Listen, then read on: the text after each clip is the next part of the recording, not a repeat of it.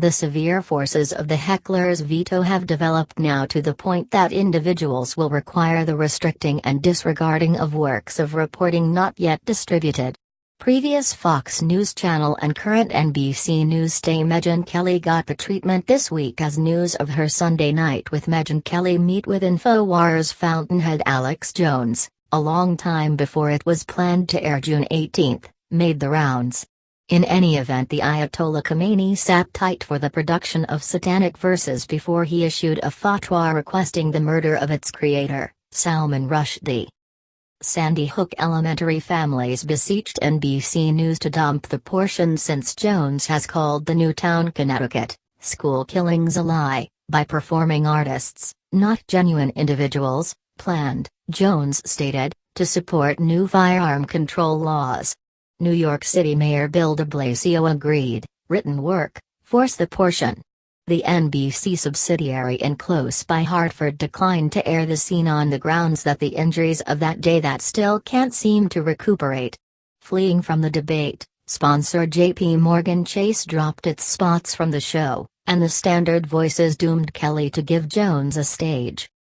Not to be outshone, Jones played out some culture sticking of his own, discharging his own furtively recorded sound of the pre-meet in which Kelly flattered him.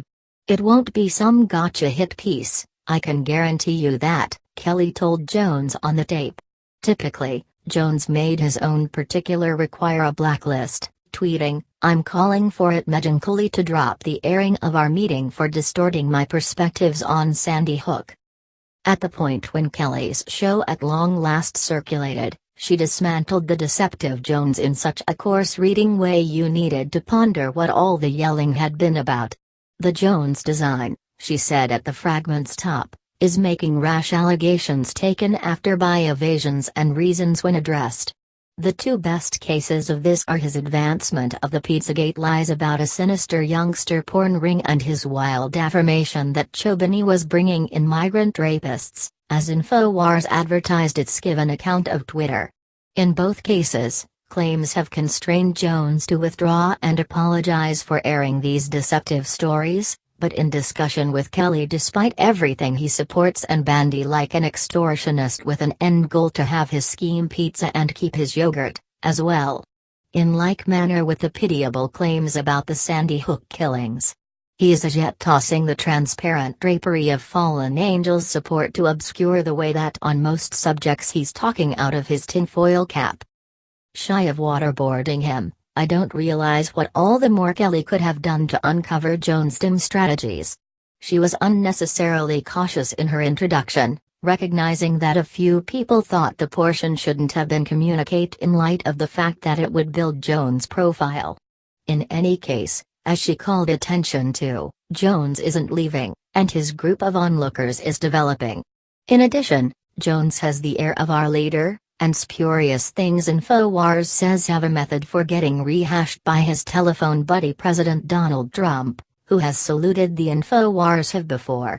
She didn't bring Jones down, in any case, who could have in a news magazine portion. Be that as it may, she may do a trustworthy showing with regards to of uncovering his falsehoods. Give her a B+. At that point, why all the pre-demonstrate commotion? Isn't the press expected to toss the disinfectant of light on the haziness? How, precisely, would you be able to look at a newsworthy subject, and like it or not, some individual the president converses with and refers to as newsworthy, without giving him some kind of a stage? There's an implicit suspicion that as opposed to giving an account of the politically distorted, individuals like Senator Joe McCarthy, George Lincoln Rockwell, Governor George Wallace, Charles Manson, Timothy McVeigh, Alex Jones, and others, the press should isolate such figures from perusers and watchers' eyes, keeping in mind that their virus spread. Perhaps this is the way they did news coverage in the previous Soviet Union, yet American news coverage has never worked that way. We don't keep away from gnarly, convoluted stories since they'll offend somebody. We don't forsake free idea and press opportunity on the grounds that there's an outside shot that a bit of newscasting like Kelly's strength tumble to the benefit of a corrupt controller or a revolutionary. Nor does the unspeakable torment the Sandy Hook Guardians have persisted due to Jones mean we should purify the news circle of scope that may additionally furious them. Without a doubt it bodes well to bargain straight on with tin pots like Jones, then cover our eyes and ears and trust he'll vanish independent from anyone else. The reputation battle against Kelly is less demanding to clarify than the request that Jones shouldn't be secured. As any individual who has observed Kelly on Fox knows, she conveys to NBC a blended record. Yes, she gave Trump no quarter in that early essential level-headed discussion, yet she was additionally the Fox grapple who demanded that Santa, an anecdotal character, to the best of my insight, is white. Jesus, as well, when University of California Davis cops pepper showered dissidents, she underplayed the scene, saying, "It's a nourishment item, basically." She misrepresented the risks postured by the new Black Panther Party. She made crazy claims about the simplicity of voter misrepresentation in Colorado, etc. Most watchers stretch out to supporters like Anderson Cooper, Chris Wallace, Jake Tapper and Aaron Burnett the kind of goodwill they attract on to handle laden points and subjects that will wind up irritating some person. Because of her Fox Foundation, Kelly doesn't summon that kind of goodwill. The challenges against her show are more about her than they are Alex Jones or Sandy Hook. Kelly's foes, places like liberal agitprop Media Matters for America, which has been writing this story hard, would likely be raising a ruckus on the off chance that she went to fill in as a Today co-have and did big name lighten.